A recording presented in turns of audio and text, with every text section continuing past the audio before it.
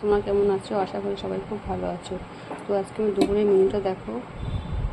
ভাত, নিরামিষ তরকারি, এই হচ্ছে কাতলা মাছের সর্ষে বাটা। সে ব্যাপারটা কী হয়েছে বলতো, আজকে আমার গ্যাস শেষ হয়ে গেছিলো। এই ইন্ডাকশানে করেছি, মানে গ্যাস শেষ হয়ে গেছে, সঙ্গে সঙ্গে নিয়ে চলে এসেছি। ইন্ডাকশানে কল করলাম, করে তারপরে পুরো কমপ্লিট হলো, তাই তোমাদের এখন দেখাচ্ছি। তো ওই জন্য ইন্ডাকশানে করলাম, দেরি হয়েছে রান্না করতে।